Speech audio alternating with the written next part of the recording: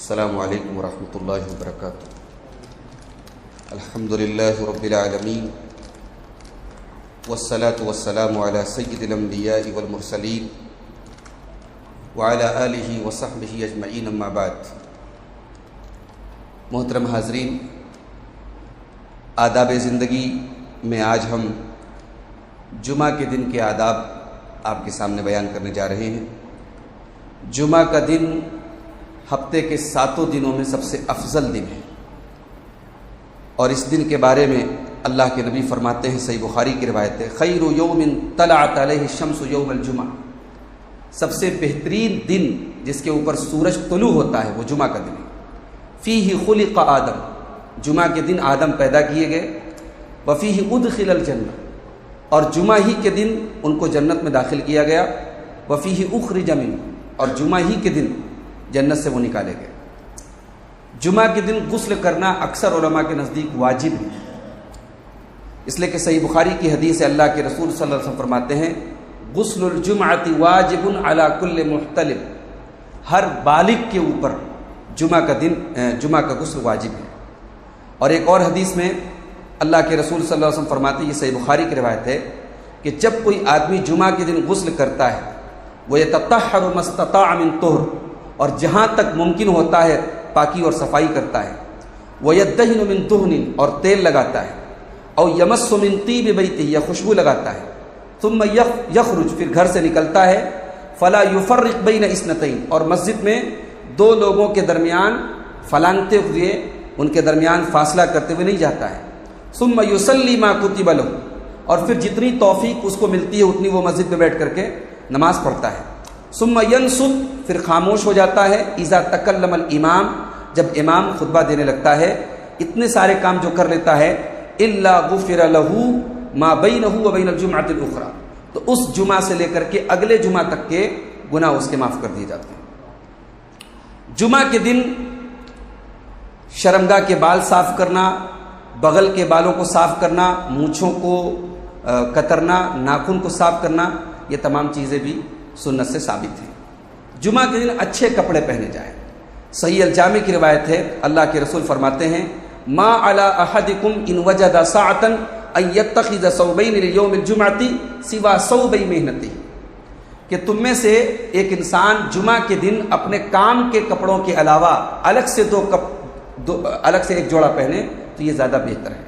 بعض صحابہ جو تھے، مزدور تھے، لیبر تھے، تو وہ اپنے کام والے لباس کو پہن کر کے مسجد میں آ جاتے تھے، تو اللہ کے نبی نے اس کے سامنے، اس کے مد نظر یہ بات کہی کہ اس میں کیا حرج ہے، اگر اللہ نے آپ کو طاقت دی ہے تو آپ اپنے کام کا جو نارمل ڈریس ہے اس کے بجائے آپ جمعہ کے دن کوئی دوسرا کپڑا پہن کر کے آئیں۔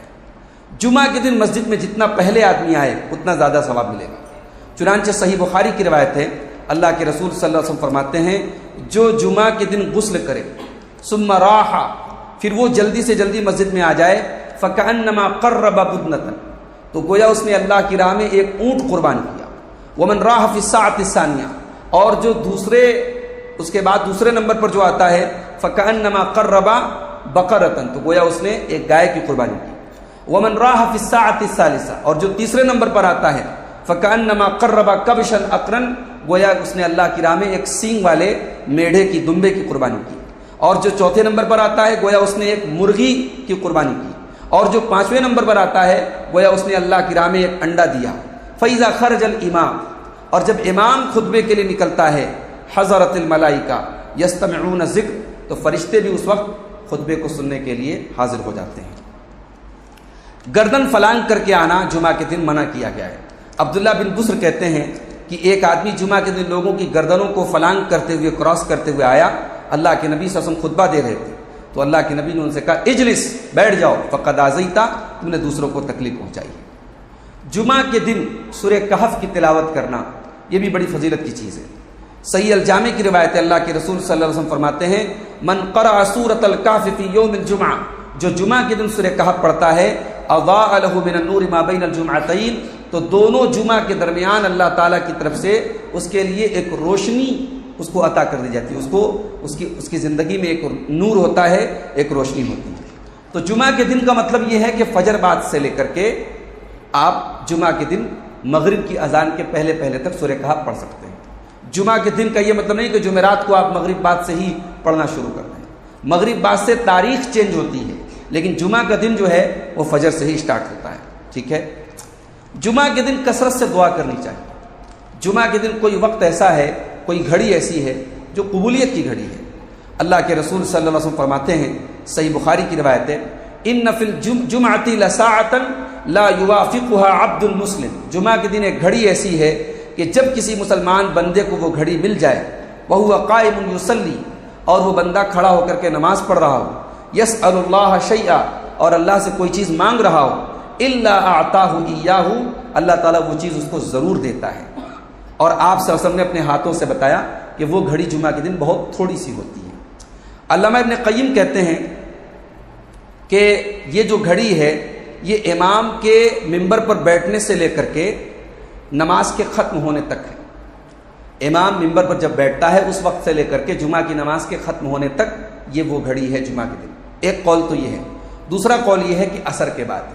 یہ دو قول ہیں اس سلسلے میں جو زیادہ مضبوط معلوم ہوتے ہیں. جمعہ کے دن کثرت سے اللہ کے نبی صلی اللہ علیہ وسلم کے اوپر درود پڑھنا چاہیے.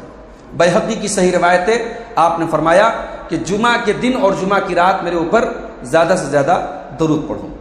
خطبہ کے دوران بات چیت کرنا، گفتگو کرنا صحیح نہیں ہے.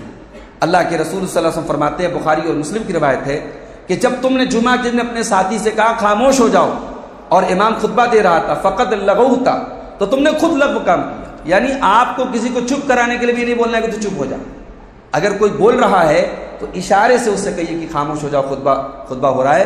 خطبے کے دوران دوسرے کو چپ کرانے کے لیے بھی بولنا صحیح نہیں ہے. جمعہ کے دن آپ مسجد میں جب بھی آئیں 2 رکعت پڑھے بغیر نہ بیٹھیں. امام کا خطبہ ہو رہا ہو تب بھی 2 رکعت پڑھ کر کے ہی آپ بیٹھیں. اللہ کے رسول صلی اللہ علیہ وسلم فرماتے ہیں، صحیح مسلم کی روایت ہے، جب تم میں سے کوئی جمعہ کے دن آئے اور امام خطبہ دے رہا ہو، فَلْيُصَلِّ رَكْعَتَيْن، تو وہ 2 رکعت نماز پڑھے، ثُمَّ لْيَجْلِسْ، اس کے بعد وہ بیٹھے. جان بوجھ کر کے جمعہ نہیں چھوڑنا چاہیے. کبھی بیمار ہو گئے، مجبوری آ گئی، سفر میں ہیں، آپ گھر پہ ہیں، صحت مند ہیں، جمعہ مت چھوڑیے. جمعہ چھوڑنے کی بہت وعید ہے. صحیح مسلم کی روایت ہے، اللہ کے رسول صلی اللہ علیہ وسلم فرماتے ہیں کہ لوگ جمعہ چھوڑنے سے باز آ جائیں، ورنہ اللہ تعالیٰ ان کے دل پر مہر لگا دے گا. ثُمَّ لَيَكُونَنَّ مِنَ الْغَافِلِينَ، اور لوگ غافلوں میں سے ہو جائیں گے. جمعہ کے دن اگر کسی انسان کی موت ہوتی ہے تو یہ اچھے خاتمے کی علامت ہے. یہ تو نہیں کہہ سکتے وہ جنت میں ہی جائے گا، لیکن اگر ایک انسان کی، ایک مسلمان کا انتقال جمعہ کے دن ہوتا ہے تو یہ اچھے خاتمہ کی دلیل ہے. اللہ کے رسول صلی اللہ علیہ وسلم فرماتے ہیں، یہ مسند احمد کی اور ترمذی کی صحیح روایت ہے، ما من مسلم یموت یوم الجمعہ او لیلۃ الجمعہ، جو مسلمان جمعہ کے دن یا جمعہ کی رات انتقال کرتا ہے، الا وقاہ اللہ تعالی فتنۃ القبر، اللہ تعالیٰ ایسے انسان کو قبر کے فتنے سے بچاتا ہے. تو یہ قبر کے فتنے سے بچانے کا مطلب یہ ہے کہ اللہ تعالیٰ اس کے ساتھ اچھا معاملہ کرے گا، مگر اس کا یہ مطلب نہیں ہے کہ انسان کی زندگی چاہے جیسے گزرے، بس جمعہ کے دن مر گیا تو اس کو قبر میں عذاب ہونے والا نہیں. ایسا نہیں ہے، بلکہ اس میں اور بھی چیزیں دیکھی جائے گی. اگر انسان توحید پر تھا، ایمان پر تھا اور اس کا عمل ٹھیک ٹھاک تھا تو جمعہ کے دن انتقال کی وجہ سے اللہ تعالیٰ اس کو قبر کے فتنے سے بچائے گا. جمعہ کے دن فجر کی نماز میں پیارے نبی صلی اللہ علیہ وسلم 2 سورتیں پڑھتے تھے. پہلی رکعت میں سورہ سجدہ پڑھتے تھے اور دوسری رکعت میں سورہ انسان پڑھتے تھے، سورہ دہر پڑھتے تھے. چنانچہ بخاری شریف کی روایت ہے، عبداللہ ابن عباس کہتے ہیں کہ اللہ کے نبی صلی اللہ علیہ وسلم فجر کی نماز میں جمعہ کے دن الف لام میم تنزیل الکتاب یعنی سورہ سجدہ پڑھتے تھے اور دوسری رکعت میں هل اتى على الانسان حين من الدهر پڑھتے تھے. تو یہ جمعہ کے چند آداب ہیں جو میں نے آپ کے سامنے بیان کیے ہیں. اللہ تعالیٰ سے دعا ہے رب العالمین ہمیں ان آداب پر عمل کرنے کی توفیق عطا فرمائے. رب العالمین ہمیں اسلامی آداب کو اپنی زندگی میں اپنانے کی توفیق عطا فرمائے. آمین. وآخر دعوانا الحمدللہ رب العالمین.